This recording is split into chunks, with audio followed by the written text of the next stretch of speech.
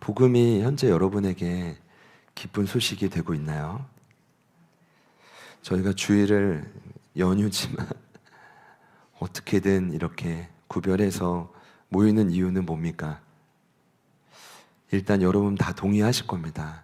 그건 뭐냐면 교회 머리 되신 예수님, 복음의 주인공 되신 예수님을 만나기 위함입니다. 그래서 예수님 때문에 말 그대로 복음을 경험하면 정말 잃어버린 기쁨도 되찾고, 그리고 생명도 다시 회복해서 이제 그게 지속되면 내가 만난 복음을 또 다른 누군가에게 더 전하게 되는 것이죠. 여러분, 이게 뭐 멀리 갈 필요 없고 거울이 있으면 여러분 거울을 한번 이렇게 보세요. 지금 여러분이 복음을 누리고 있는지 아닌지. 기분 안 나쁘시죠? 그래서 거울 없으시니까 한 말입니다. 돌파 시리즈에 이어서 기독교 핵심인 복음을 제대로 이해해보자, 제대로 경험해보자, 다시 경험해보자. 그래서 복음의 시작이란 타이틀로 마태복음 강해를 시작했습니다. 아마도 매주마다 우리가 던져야 될 중요한 질문은 뭐냐? 그 복음이 과연 내 인생에 다시 누려지고 있는가? 그런데 만일 그렇지 못하다면 이유가 무엇일까? 지난주에 제가 말씀드렸지만 반드시 필요한 두 이름이 있었죠. 메시아의 두 이름. 마태복음 1장 21절을 보니, 그렇죠, 죄에서 구원할 자 예수. 예수의 뜻은 구주라는 뜻이고, 소세이라는 단어. 두 번째 23절에 보니 임마누엘. 죄의 문제가 해결되면 하나님이 반드시 우리와 함께 하신다. 예수와 임마누엘, 임마누엘 예수는 반드시 필요하다. 근데 그것이 왜 필요하냐? 우리 안에 있는 죄 때문이다. 결국 인간의 죄를 대표하는 강력한 이 히브리어 죄, 하타, 교만, 헬라어인 하마르티안, 아집, 자기 신념, 이것이 꺾이지 않으면 그것이 장애물이 되고 방해가 돼서 복음의 능력을 경험할 수가 없다. 여러분, 결국 복음의 능력을 가로막는 건 여러분의 죄 때문이다. 이게 지난주 결론이었단 말이에요. 여러분, 복음의 능력이 무엇입니까? 다시 정리하면 구주 예수님의 능력이에요. 예수님의 뜻이 무엇이었죠? 소세, 구주. 이 뜻은 무엇입니까? 저희들이 당면한 모든 위기에서 먼저 건지고, 모든 보이지 않는 방해로부터 보호받고, 그리고 마지막은 여기까지 가야 되는데 기가 막힌 은혜로 기적처럼 방법이 보이지 않았는데 그 다음 스텝으로 우리의 걸음을 이끄시는 것. 믿으십니까? 복음의 능력, 이것이 가로막혀 있다면 우리의 죄 때문이다. 한 주를 돌아보며 계속 일이 막히고 꼬이네. 막혀 있는 거 아닙니까? 고민해 봐야 되는 거 아닙니까? 지난주에 쇼츠를 이제 목사님들이 올려주시고 하루 이틀 만에 댓글이 많지는 않은데, 그러니까 이런 댓글이 걸렸어요. 이런 댓글이. 제가 그걸 또 봤어요. 무슨 댓글이냐? 도대체 무슨 죄를 지었다는 거야? 내가 이렇게 댓글을 달았어요. 근데 제가 제대로 쇼츠를 보셨군. 열받았을 것 같아요. 제가 봐도 그 쇼츠를 보면 더 암축하니까 예수님의 피로 여러분의 죄가 사라지고 씻겨지고 막 녹아져야 된다고 외치니까 기분 나쁘죠. 아니, 그분도 신앙인일 텐데 저를 개인적으로 모르는데 자꾸 죄를 얘기하니까 열받았을 것 같아. 오씨, 뭐야, 쟤 누구야? 그러면서 계속 이렇게 마법에 계속 빠지는 거죠, 이렇게. 그런데 여러분, 그분 말이 맞는데 죄 때문이에요. 당신의 죄 때문에 임마누엘을 경험 못하는 거예요. 그거 인정을 해야 됩니다. 모든 문제는 우리의 죄에 달려 있는데, 근데 그 죄가 너무 강력해가지고 실은 구약의 오랜 시간이 필요했던 겁니다. 이 말씀 드리려고. 보통 제가 십자가 강의나 훈련 때 다루는 중요한 주제지만 많은 분들이 오해해요. 창세기 3장 15절에 예수님이 약속했으면 바로 주면 아담과 하와가 그토록 오랜 시간, 구약의 이스라엘 민족이 오랜 시간 고생하지 않았을 텐데 왜 이렇게 기다리겠냐 이거예요. 근데 여러분 아시죠? 그건 인간이 기다린 시간이 아니라 우리 하나님이 기다려줄 시간이에요. 왜냐하면 하나님이 찾아가도 거부하는 인간인데 예수님은 마지막 최후의 수단이에요. 보루.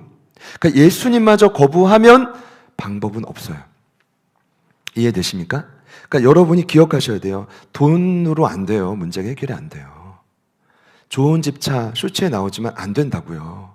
예수님이 최후의 보루예요. 그러니까 그분을 거부하면 방법이 없기 때문에 하나님이 오랜 시간을 기다린 거예요. 그래서 누가복음 15장을 구약 성경 39권의 축소판이라고 하는 거예요. 왜냐하면 누가복음 15장에 세 가지 비유가 나오죠. 잃은 양, 잃은 드라크마, 그리고 잃은 둘째 아들 비유예요. 그 첫 번째, 두 번째 비유로 보면 동일하게 나온 표현이 뭐냐? 찾아낼 때까지 찾아낸다. 따라해 보실까요? 찾아낼 때까지 찾아낸다. 제가 그렇게 안 보이시겠지만 제 물건을 잃어버리는 걸 좀 못 견뎌요. 제가 실은 예전에 원룸에 그 내 가족 살 때, 집은 크진 않지만 원룸이니까요, 아버님께 받았던 그 매일 쓰는 또 면도기였는데 파나소닉이었던 것 같아요. 작은 면도기를 잃어버려가지고 눈에 불을 켜고 찾았어요. 그러니까 제가 조금 집착성이 있다. 그러니까 어릴 적에 문규라는 친구가 있었어요. 장춘환교회를 다닐 때 친한 친구였는데, 이 친구가 친한데 내 과학 준비물 전구를 망가뜨리고 아무렇지 않게 자기 전구를 쓰는 거예요. 그 제가 못 견딘다고 했잖아요. 지금 미안한데 문규 전구랑 제 걸 바꿔치기 회개합니다. 그게 아직도 기억나요. 그래서 제가 그래서 하나님 실수 없이 이 일을 맡겼구나. 한 사람을 맡기면, 실은 제가 지난주에 조금 이제 뭐 다른 교회도 알아보라고 그냥 했지만 진심 아니에요. 한 영혼도 흔들고 빼앗기는 게, 물론 이런 거 있죠. 선교를 가거나 정말 성장해서 파송되면 회피하겠어요. 근데 그게 아니잖아요. 근데 너무 이거 제가 좀 이렇게, 이거를 제가, 그래, 그 면도기를 결국 여러분 어떻게 했을까요? 찾아냈어요. 할렐루야. 내가 오늘 먼저 답했지. 찾아냈어요. 근데 그때 제가 이 누가복음 15장을 얼마나 깊이 깨달았는지 몰라. 이런 의미였겠구나. 한 드라크마 찾으려고 여인이 온 집안을 다 뒤지고 한 마리 양을 찾으러 99마리를 버린 게 아니라 다른 목자에게 맡기고 찾아가고. 근데 문제는 저 세 번째 비유는 아버지가 찾아낼 수 있는데 안 찾아요. 왜 그럴까요? 그렇게 찾아와봤자 또 다시 도망가기 때문이에요. 억지로 데려와봤자 아시겠지만 또 집을 나갈 게 뻔하기 때문에. 그래서 스스로 깨닫고 돌아오는 거예요. 그러니까 이 세 가지 비유가 왜 구약의 축소판이냐? 하나님 아버지의 마음으로 보면 맞아요. 아담과 하와가 죄를 지었을 때 찾아가고 찾아갔어요. 그런데 반응하지 않자 그들의 결론은 뭐냐? 아니, 하나님의 결론은 아담과 하와와 모든 죄인들을 기다리는 거예요.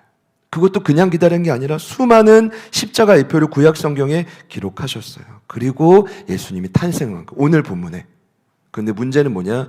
이렇게 탄생한 예수님을 온 백성들은 환영하지 않았다는 거예요.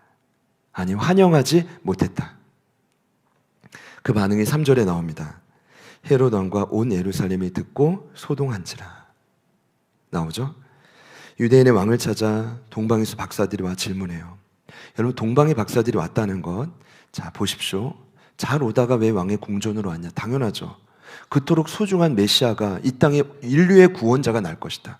실은 이방인이 하나님 믿었다는 게 참 신기하지만, 예를 들어 구스 땅의 욥을 보십시오.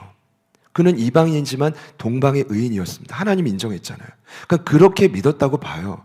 그러니까 이들이 찾아왔는데, 기다렸던 메시아를 만나기 왕궁으로 갔는데 호화로운 궁전에서 2절에 보니까 이런 질문했죠. 유대인으로 왕으로 나신 이가, 유대인의 왕으로 나신 이가 어디 있냐? 질문에 대한 헤롯 대왕과 온 이스라엘의 반응은 소동이었습니다. 3절. 성경에 있는 분들은 꼭 메모해 주시죠. 왜냐? 예수님이 탄생하셨습니다. 기다리신 메시아가 왔습니다. 근데 반응이 뭐예요? 소동입니다. 소동. 실은 이 한 단어가 얼핏 보면 이해가 되지 않아요. 왜냐? 당연히 기뻐야 돼요. 예수님이 왔어요. 감사합니다. 감격하고 눈물을 흘려야 되는데 반응이 뭐라고요? 소동. 여러분, 이것이 복음이 시작될 때 이 땅에 있었던 첫 번째 반응입니다. 그래서 중요합니다. 소동의 사전적 의미는 여기 나와 있지만 너무 놀라서 흥분해서 막 떠드는 거예요. 요즘에는 뭐 여러분 뉴스를 거의 유튜브로 보시죠. 네. TV는 잘 안 보시잖아요. 근데 소동할 일이 너무 많죠. 더 설명드리죠 않아도 하는 겁니다. 막 놀란 가슴을 부여잡다가 막 정신 없다가 그리 살다가 오늘 오시는 거라고 저는 생각을 합니다. 얼마나 힘드시겠어요. 근데 여기 본문에 쓰인 소동의 의미는 그와는 좀 달라요. 타라소란 이 단어는 어떤 의미냐 하면 삶의 근간이 흔들릴 정도의 충격입니다. 왜 이렇게 충격받았을까요? 감격하면 그만 일을. 여러분 이해가 되십니까? 아이러니하지만 이것이 복음이 시작될 때 이 땅에서 일어난 첫 번째 반응이 뭐야? 충격이었다는 거. 이 땅에 왕으로 오신 예수님의 탄생을 듣고 헤롯 가문, 오늘 다 읽지 못했지만 신약 성경에 헤롯이라는 인물 7명 나와요. 그 스타트가 오늘 헤롯 대왕이에요. 시작이. 근데 그 인물과 뿐 아니라 온 이스라엘 백성들이 빠짐없이 다 강력한 충격에 빠뜨렸다. 왜일까요? 그냥 지나갈 본문이 아니라 왜일까요? 그 내면, 이면을 보면 전 이렇게 생각합니다. 그들이 이제까지 어떻게든 고수해왔던 삶의 주도권을 예수님께 빼앗기고 싶지 않았기 때문입니다. 잘 들어보세요. 이걸 폭넓게 적용하면 이렇습니다. 예수님을 통해 내가 무언가 원하는 걸 얻거나 불편한 문제를 해결받기는 원하지만 현재도 많은 성도들이 현재 내 삶을 바뀌어지기는 원치 않는다는 겁니다. 조금 이제 뭐 비굴하고 좀 저급한 표현일 수 있지만 일명 영적인 치고 빠지기. 그러니까 칠 땐 뭐예요? 필요한 걸 막 구하고 해결되면 쫙 빠져요.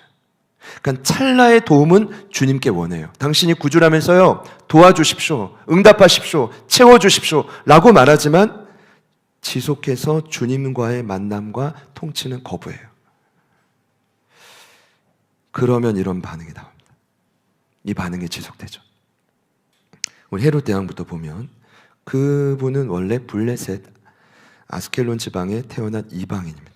근데 이방인이지만 유대교에 입문했어요. 유대인의 왕이 됐다고요. 어떻게 믿었을까요? 뭐 소문이 났겠죠. 하나님을 잘 믿었고 얼핏 보면 모세 율법을 다 지켰다. 그런데 자세히 보면 다른 한편으로 보면 유대인의 왕이 되기 위한 전략이었습니다. 그는 왕이 되려고 당시 바벨론의 해가 지고 로마가 급부상할 때 로마의 황제인 아우구스토를 찾아가서 큰 뇌물을 주고 결국은 그 로마 원로원을 통해 유대인의 왕으로 파송됩니다. 그러니까 겉으로는 율법을 엄청 존중하는 것처럼 보여요. 그런데 속으로는 실상은 율법을 무시하고 심지어 성전 안에 자신이 다시 세우던 그 무너졌던 제2성전을 이 사람이 수십 년간 세워요. 그건 이건 확실치는 않지만 수십 년 세웠던 건 아마도 유대인들의 환심을 사기 위한 전략이 아닐까. 한 번에 세워도 세우거든요. 원래 이 공기라는 게 공사 기간 전문 용어입니다. 저희도 이 건물에서 한 7번 왔다 갔다 해보니까 이게 마음먹기에 달렸거든요. 근데 수십 년간 공사를 끌었다는 건 뭘까요? 본인 이방인 출신의 유대인의 왕이니까. 유대인의 마음에 그 환심을 사기 위한 전략이 아닐까. 근데 문제는 뭐냐? 그 건축하는 성전 안에 들어가 보니 수많은 우상들이 걸쳐져 있었다. 가짜입니다. 가짜예요. 속으면 안 돼요. 여러분, 가짜에게 속으면 안 돼요. 여러분도 속지 마십시오. 겉은 화려한데 속은 썩은 냄새가 진동하는 거예요. 반드시 결과가 따라옵니다. 여러분, 최악의 결과는 뭐냐? 오늘 제가 헤롯 대왕, 그 7명 나온다고 했잖아요. 헤롯이. 죄악이 되물림 됩니다. 이것이 최악의 결과입니다. 왜냐? 성경에 나온 최고의 선물은 여러분을 통해 여러분의 자녀들이 더 거룩한 믿음의 세대가 되어지는 것입니다. 믿으시기를 축복합니다. 여러분, 정말 여러분의 자녀들, 우리 다음 세대가 지금 막 뛰고 있지만 여러분보다 더 나아지기를 원하시는 분들만 아멘 해보시죠. 우리 여기 현이도 있지만 지금 열심히 지금 입시 준비 중입니다. 그건 지금 예수 반쪽이 됐네 얼굴이. 체력을 맞추느라고. 근데 이 아이들이 여러분보다 더 믿음이 좋아져야 돼요. 싫으십니까? 이걸 놓치잖아요. 여기 결과 나옵니다. 제가 두 사람만, 아들과 손자만 잠깐 소개하자면 그 명단이 있는데요, 화면에. 헤롯 대왕이 나중에 대학살 하잖아요. 오늘 인물이. 그 아들이 세례 요한 목을 잘라요. 그리고 그의 아들, 손자가 요한의 형제인 야곱을 살해해요. 계속 살해해요. 그러니까 여러분, 죄악을 조속히 끊으셔야 돼요. 부모가 음란하면 똑같이 음란하고, 돈에 대해 타협하고 하나님 앞에 드려야 될 거 안 드리면 똑같이 따라합니다. 그리고 반드시 죄적인 문제가 풀리지가 않아요. 관계도 마찬가지입니다. 반드시 여러분의 때에 묵힌 것을 푸시기를 축복합니다. 반드시. 이런 말이 싫으면 그 쇼츠에 댓글을 다십시오. 왜냐면 이름을 못 알아봐, 거기 보면. 여러분, 진심입니다. 너무 안타까운 건 이분이 나중에 아내까지 죽이고 권력을 지키려고 아들들까지 죽입니다. 심각하죠. 근데 여기까지는 이해가 되는데, 헤롯 대왕이 소동한 건 이해되는데 바로 이어서 3절에 보니까 온 예루살렘, 그러니까 예루살렘 민족 중에 한 사람도 빠짐없이 다 소동했다는 거예요. 이게 왜 이해가 안 되냐 하면, 당시 이스라엘은 수백 년 동안 메시아를 기다려요. 그러니까 메시아 대망사상이라고 합니다.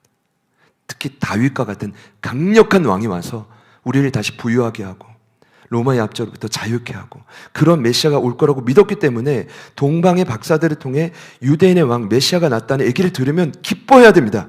근데 저는 이렇게 결론을 내렸어요. 머리로는 기뻐했을 거예요. 우와, 드디어 났어? 그런데 문제는 뭐냐? 자연스러운 그들의 반응이, 습관은 기쁘지가 않았던 거예요. 정말 이해하기 어렵지만 한편으로는 되게 이해하기 쉬운 거예요. 여러분, 이런 겁니다. 그럼 그토록 강력한 왕을 기다린 그들이 왜 소동했을까? 오랫동안 수건이 풀어주고 해방을 맛볼 수 있는 기회인데, 이유는 간단해요. 바벨론에 이어 로마의 지배 아래 포로로 사는 것이 어느덧 습관이 되었기 때문입니다. 안타깝지만 다른 회복보다 지금이 그냥 익숙한 거예요. 그러면 어떠한 변화와 열매와 성장은 없습니다. 스탠퍼드 대학의 신경과학 연구에 따르면 습관은 단순한 행동 패턴이 아니라 뇌에 새겨진 신경회로라고 합니다. 아, 그럴 것 같더라고요. 들어보세요. 특정 행동을 반복하면 이 뇌의 신경세포들이 서로 연결되어서 뇌의 길을 만든답니다. 습관이 그게 좋든 나쁘든 강화되면 이 길이 깊어지는 것입니다. 무섭지만 습관이 안 바뀌는 이유는 여러분의 의지력이 단지 부족해서가 아니라는 사실. 그것은 그 길을 따라 여러분의 오감과 육체가 자동으로 반응하는 겁니다. 최근에 남자 교육자들, 저를 빼고 두 분의 목사님, 휘보 전사님, 총 4분이 살을 몸무게의 10%를 빼면 서로에게 이렇게 상급을 주기로 제가 지켜봤어요. 아니야, 못할 거야. 이랬더니 지금 불안하게도 저만 빼고 3분이 다 4kg 이상씩 빠졌다. 오늘 휘보 전사님 인도할 때 밖에 보셨겠지만, 와, 너무 좀 짜증이 나. 너무 많이 빠졌다. 물론 이제 힘들기도 하겠죠, 사역이. 다른 목사님. 근데 그건 아닌 것 같고, 이분들의 식습관을 바꿔? 대단한데?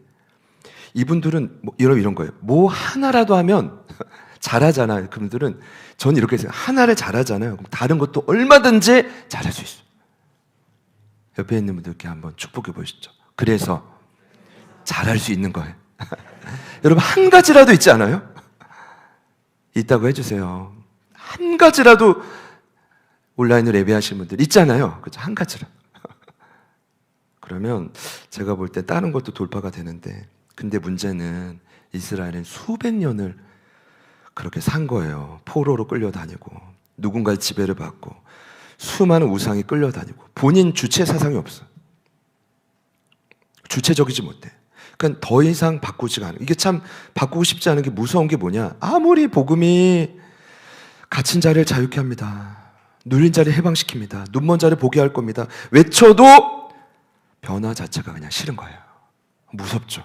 그러니까 머리로는 예수님이 구주가 맞아. 근데 삶은 아닌 거예요. 우리 주님 앞에 솔직해지길 원합니다. 이렇게 보면 복음이 시작될 때 사람들의 반응이 너무 부정적이지만 자연스럽다. 암울하고 희망도 없고 정말 사람은 안 바뀌는 것인가? 제가 이번 주에도 이 말을 한 두세 번은 들은 것 같아요. 오죽 안 바뀌고 오죽 안 변하면 요즘에 젊은 친구들도, 저도 젊지만 아니 학생들도 사람은 고쳐 쓰는 게 아니라고 했어요. 얼마나 집에서 그 이야기를 부모님께 들었으면. 여러분 이게 맞습니까? 여러분 그래서 저는 이 자리에서 분명히 말씀드리면 그래서 복음이 지나가는 자리에 소동이 일어나야만 하는 것입니다. 그래서 복음이 시작되는 곳에는 반드시 소동이 일어나는 것입니다. 왜냐? 복음은 반드시 사람을 변화시키기 때문입니다. 정확히 말씀드릴까요? 복음 안에만 유일하게 사람을 변화시키는 능력이 있기 때문입니다. 돈이 아니에요. 사람의 칭찬, 뭐 좀 더 나은 환경 절대로 아닙니다. 오직 복음만이, 오직 예수님만이 여러분을 변화시킬 수 있습니다. 이 말이 싫다면 떠나셔야 돼요. 근데 이것은 진리예요. 우리는 솔직해져야 돼요. 면역 반응이구나. 생물체가 우리를 외부에 침입하기 위해 우리가 면역 반응을 보이는데 일종의 영적인 면역 반응이구나. 앞으로 우리 예수님은 하나님이 구약을 기다리셨다. 여러분 이미 찍혔어. 하나님께. 사단에게 찍힌 것보다 더 무서운 건 하나님이 여러분을 주목하기 시작했다는 거예요. 그러니 반드시 복음이신 예수님은 여러분을 계속해서 틈이 날 때마다 여러분의 못된 습관을 침투할 거예요. 여러분의 죄악을 침투할 거예요. 미움과 시기와 사로잡혀 있는 그 모든 사막의 정서를 침투할 거예요. 그때마다 여러분 소동 받으시기를 축복합니다. 소동해야 돼요. 그러니 복음과 나의 일상의 정면을 부딪힐 때 복음은 우리를 근간을 흔들기 시작한다. 너무 감사한 건 그 후의 반응을 보면 헤롯 대왕은 일단 영아 대학살, 온 이스라엘은 여전히 변함없어. 그 후의 반응이 바뀌지 않았어. 근데 감사한 건 금일 본문에 전혀 다른 반응을 보인 인물들이 있다는 거죠. 여기서 저는 희망을 발견합니다. 바로 아기 예수의 탄생을 매우 크게 기뻐하고 기뻐한 자들. 우리 10절 말씀 마지막으로 다 같이 읽어볼까요? 시작. 그들이 별을 보고 매우 크게 기뻐하고. 이 별에 대한 많은 얘기가 있는데 제 생각은 그래요. 잠언에도 말씀 있지만 너무 하나님을 간절히 만나고 싶으면 하나님이 찾게 하시거든요. 하나님은 별을 통해서도 말씀하시고 제 생각에는 해를 통해서도 말씀할 수 있고 하나님 마음만 먹으시면 나귀를 통해서도 말씀하실 수 있는 거예요. 믿으십니까? 그게 별이었을 뿐이다. 이렇게 논쟁을 정리하고 별을 따라 갔는데 중요한 건 동방에서 온 박사들. 예전에 이 노래를 들어보신 분들은 그래도 그 학생 때 이렇게 그죠? 경험 있는 분들, 그 신앙 경험 있는 분들 이런 노래가 있습니다. 동방바사 세 사람 귀한 애물 가지고 산을 넘고 물을 건너 별 따라왔도다. 오 단일 밤에 밝은 별 명랑하고 귀한 별 아기 예수 계신 곳에 우리 인도하여라. 동방박사 몇 사람이요? 그렇죠. 기독교 교육의 폐단입니다. 그러니까 이제 일단 이 노래를 불러보면 너무 아름답게 동방박사들이 예루살렘에 간 것처럼 저도 세 사람. 왜냐하면 그 세 가지 물질이 들여서. 그런데 이번에도 다시 봐도 세 사람이라는 말은 없어요. 세 사람일 수 있고 아닐 수도 있고. 그런데 중요한 건 정말 중요한 건 뭐냐면 이분들은 성탄절에만 기억될 대상이 결코 아니다. 기억하셔야 돼요. 이분들이 누굽니까? 복음이 시작될 때 동일하게 인생의 소동을 경험했지만 그 소동을 극복한 자들입니다. 본인의 아집과 세상의 유혹을 이긴 분들이에요. 그리고 예수님을 믿는 삶이란 이런 것이다. 본을 보여준 분입니다. 왜냐하면 진짜 예수님 믿는 분들은 필요한 것만 구하지 않고 오늘 이들이 보인 것처럼 완전한 주인으로 예수님을 인정하게 됩니다. 여러분 제가 명랑한 이 노래가 아니라고 얘기했죠. 왜냐? 어떤 자료를 봐도 다 나와요.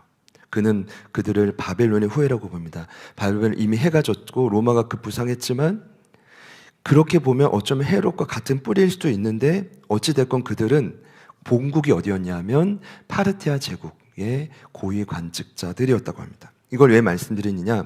당시 파르티아 제국과 로마는 600년간 전쟁을 이어왔습니다. 완전한 원수 나라입니다. 근데 1절에 그 원수 나라에서 건너온 것입니다. 쉬웠을까요? 그렇기 때문에 목숨을 건 여정이었습니다. 어제 다시 조사해 보니까 직선거리로 약 900마일은 아무리 빠른 교통수단 당시에 가도 4개월이 걸립니다. 그럼 4개월이면 다녀오면 좋게 한 1년은 잡아야 됩니다. 그렇죠?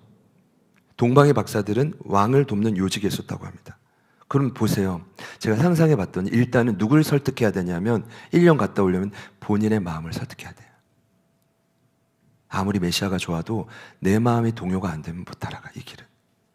이건 하루 이틀 문제가 아니잖아요. 여러분의 신앙이 지속되려면 여러분이 설득당하셔야 되거든요. 그리고 누굴 설득하냐? 동료들을 설득할 거예요. 빈자리를 좀 채워줘. 그리고 마지막은 왕을 설득했겠죠. 정말 힘든 길입니다. 그리고 아마 그 자리를 비우고 사절단의 규모는 아무리 고위관직이어도 최소화했을 겁니다. 필요한 식량, 장비, 대비책, 그러니 하루하루가 긴장의 연속이었을 겁니다.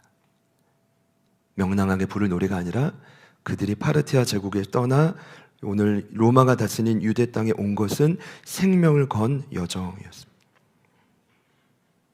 그러니 예수님을 만나고 그들의 반응이 여러분 이해가 되실 겁니다. 그렇게 온 여정입니다. 메시아를 만났을 때 그들이 가장 먼저 했던 일이 바로 뭐냐 하면 경배하는 것입니다. 경배는 누군가 그 대상 앞에 부복하다는 뜻입니다. 완전히 엎드리는 겁니다. 당신이 내 주인입니다. 이 말은 뭘까요? 어떤 상황이 내게 찾아와도 당신은 내 주인입니다. 이해가 되십니까? 그러니 황금, 유향, 모략은 아무것도 아닌 겁니다. 인생을 엎드렸는데, 이해되세요? 모든 걸 그분께 바쳤는데, 여러분의 삶에 가장 소중한 건 뭡니까? 그것이 더 이상 소중하지 않은 것입니다. 아마 더 소중한 걸 드리고 싶었을 겁니다. 지금도 황금은, 저는 좀 황금이 이렇게 있었으면 좋겠어요. 몇 돈일까? 황금이 없어도 가끔 봐요. 황금 값어치를. 예나 지금이나 황금은 가장 값어치 있는 물건입니다. 유향은 가장 귀한 기름이고 몰약은 감람나무에서 흘러온 향료인 방부제입니다. 이것을 그들이 이미 예수의 십자가의 죽음을 예견했다라기보다는 주님은 아셨겠지만 모든 소중한 것을 왕에게 바치기 위해 그들 앞에 엎드려 드린 것입니다.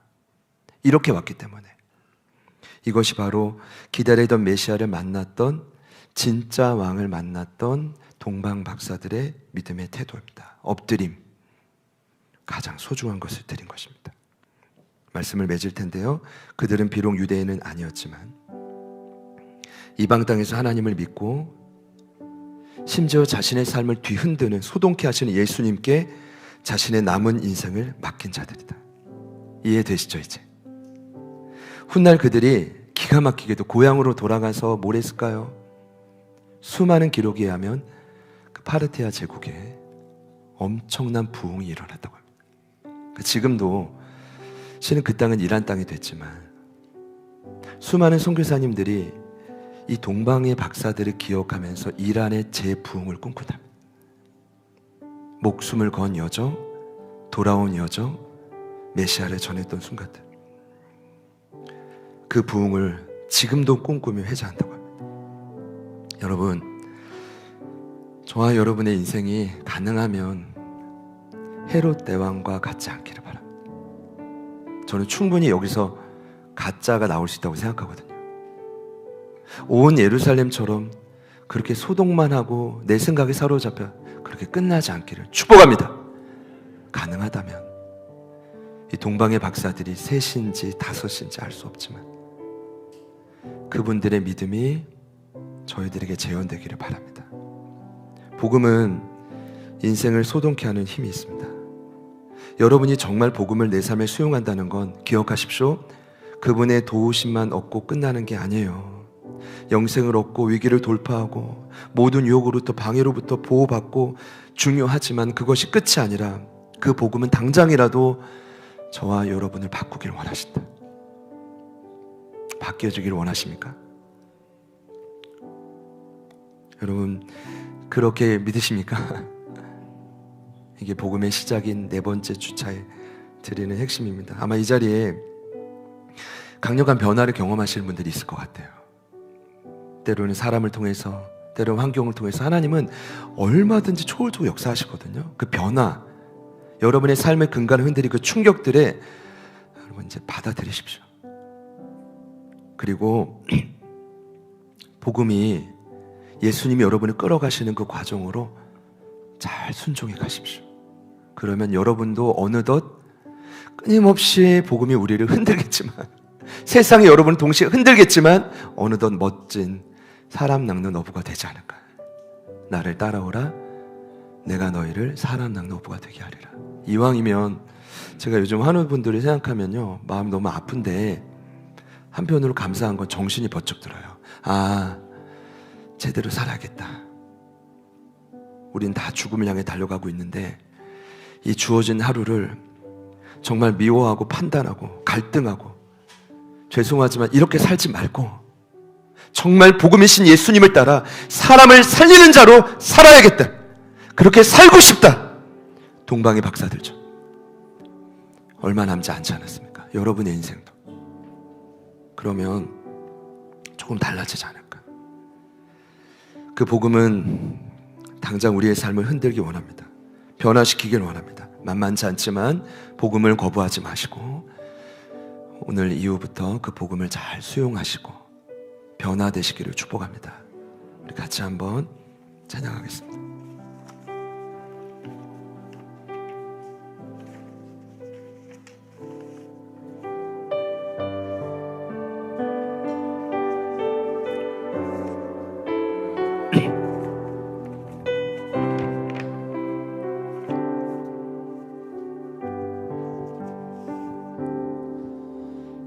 주인 삼위 모든 건 내려놓고 내 주 대신 주 앞에 나가 내가 사랑했던 모든 건 내려놓고 주님만 사랑해. 내가 주인 삼위 모든 건 내려놓고 내 주 대신 주 앞에 나가 내가 사랑했던 모든 건 내려놓고 주님만 사랑해. 주 사랑 거친 풍랑에도 깊은 바다처럼 나를 잠잠해. 주 사랑 내 영혼의 반석 그 사랑 위에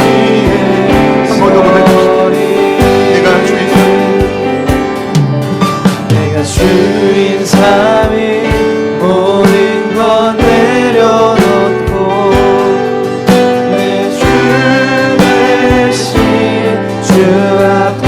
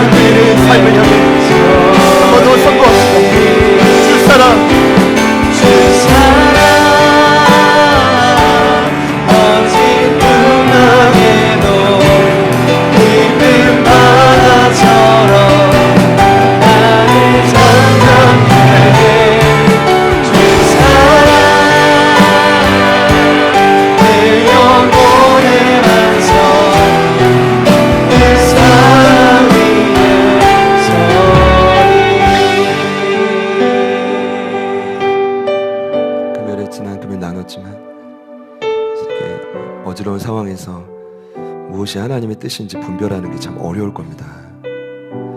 영적 예배는 끊어지고 내 뜻대로 산 지는 오래됐고 늘 치고 빠지기 쉽게 이 신앙은 더 이상 답이 없다는 걸 인정하셔야 됩니다.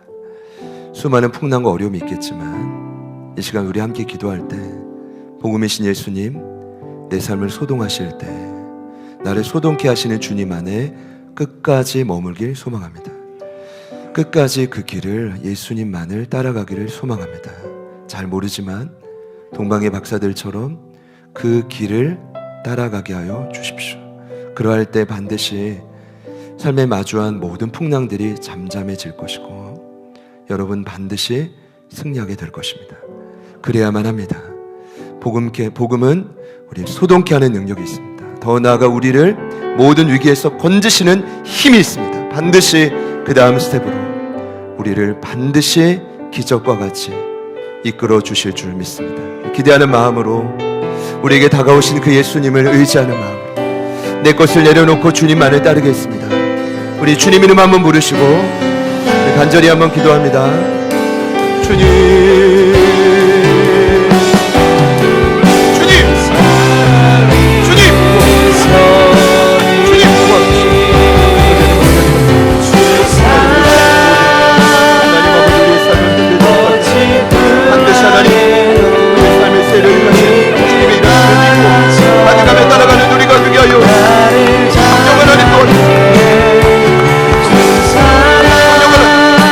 성령 하나님 도와주십시오.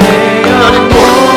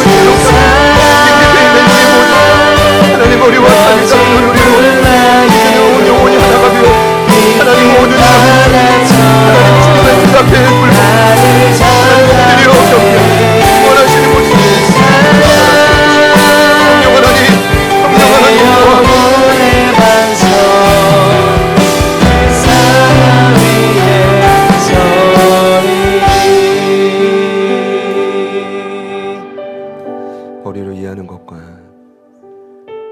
우리의 삶이 너무 따로이기에 괴롭고 지친 많은 영혼들이 이 자리에 있음을 고백합니다. 하나님, 그러나 복음의 능력이 우리 뇌에 새겨진 신경회로까지도 새롭게 변화시킬 수 있다고 믿습니다. 새로운 회로가 생기게 하여 주시고 그 안에 진정한 변화가 전인격적으로 일어나게 하여 주십시오. 언제까지 우리가 이 주도권을 주님께 내려놓지 않고 살 수 없다는 걸 주님 잘 아시지 않습니까?